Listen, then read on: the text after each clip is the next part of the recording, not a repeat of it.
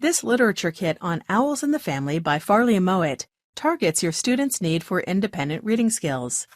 55 pages chocked full of before-you-read worksheets for each chapter section, along with vocabulary prompts to prepare your students for the reading, with rubrics, teacher guide, and author biography.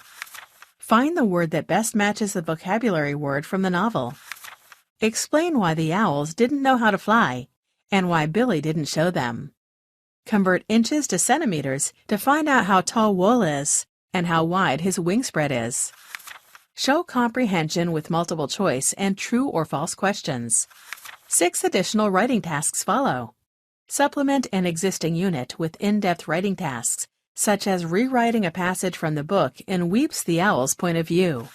A word search puzzle and comprehension quiz ends the unit. The easy marking answer key works by lining up perfectly with the matching question pages. 3 color posters, which are graphic organizers, completes the resource. Complete a web to show Wool's encounters with each character from the story. Visit our website to see more novel study guides just like it.